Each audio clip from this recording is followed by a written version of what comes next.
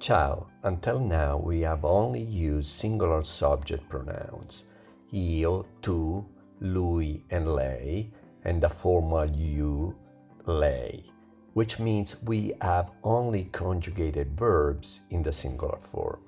In this session, we will introduce the plural subject pronouns and learn how to conjugate the verbs we have studied so far in their plural forms. Then we will take a closer look at the most common interrogative forms, essential for asking questions in everyday conversations. These are the Italian equivalents of we, you all, and they. Noi means we, voi means you all, loro means they. These pronouns will become very familiar to you as we begin to conjugate verbs in contexts. Let's take a look at how 4 fundamental verbs are conjugated for each subject pronoun. These are chiamarsi, essere, avere, stare. Focus especially on the plural forms in bold. For example, noi ci chiamiamo, our names are, voi siete, you all are, loro hanno, they have, and so on. This chart will be your foundation for communicating in Italian, so spend time getting comfortable with each form.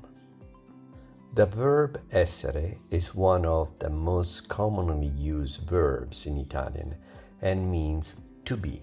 Let's see how it's used. Io sono un insegnante, I'm a teacher. Lei è di Roma, she is from Rome. È italiana, she's Italian. Siamo felici, we are happy. As you can see, essere is used to describe profession, nationalities, feelings, and origins, all things you talk about daily. Next, we have the verb avere, which means to have.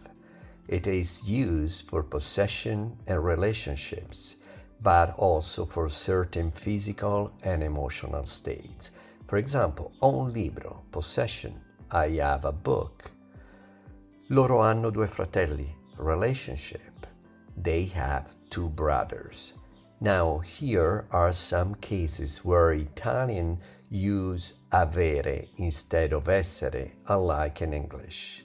Ho 25 anni, I am 25 years old.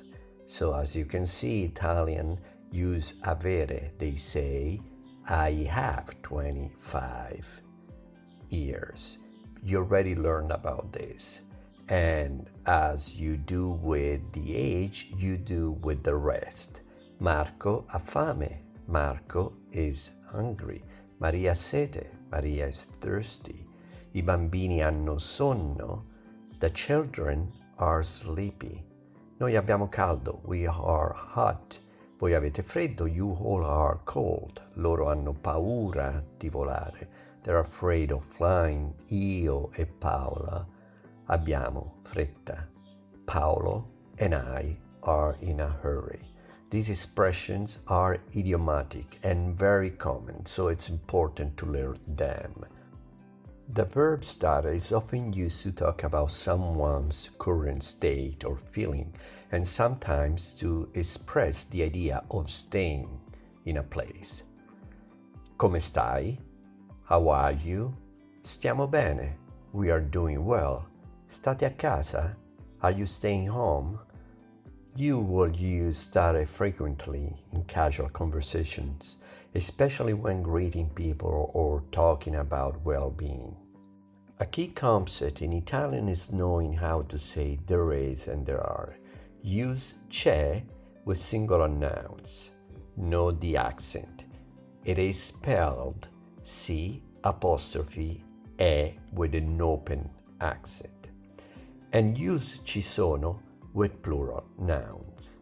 For example, c'è uno studente, c'è una sedia, c'è una stazione, c'è una signora.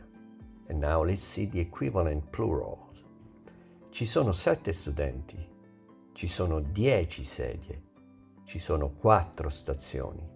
Ci sono 2 signore. These phrases are very useful when describing your surroundings. Now it's time to ask questions. Interrogative words are essential tools that help you gather information and carry on conversations in Italian. Here are the most common ones. Chi? Who? Chi sei? For example, who are you? The answer? Sono Marco. I am Marco. Che cosa or che or cosa? You can use one or the other. What? Che cos'è? What is it? È una penna. It's a pen. Dove? Where? Dov'è la penna? Where's the pen? È sul tavolo. It's on the table. Quando? When? Quando abbiamo lezione? When do we have class? Abbiamo lezione alle 9. We have class at 9. Perché? Why? Perché sei stanco? Why are you tired? Perché ho studiato molto. Because I studied a lot. Come? How? Come stai? How are you? Sto bene, grazie. I'm fine, thank you. Quanto, quanta, quanti, quante. How much, how many. As you can see, quanto is an adjective, and so you have 4 forms. Masculine singular, quanto, feminine singular, quanta, and the equivalent plurals, quanti and quante. Quante sedie ci sono? How many chairs are there? Ci sono 4 sedie. There are 4 chairs. Now, for smoother pronunciation, Italians often use contractions. So instead of writing che cosa è, that is possible, you write che cos'è with an apostrophe. Come è becomes com'è with an apostrophe. Now, don't confuse dove, where with di dove, from where. Dove sei? Where are you? The answer could be sono in classe, I'm in class. Di dove sei? Where are you from? So the answer is sono di New York, for example. I am from New York. Now it's your turn to practice. Fill in each sentence with the correct verb form based on what you have learned today. Now pause the video here, take a few minutes to complete the activity, and resume when you're ready to check your answers.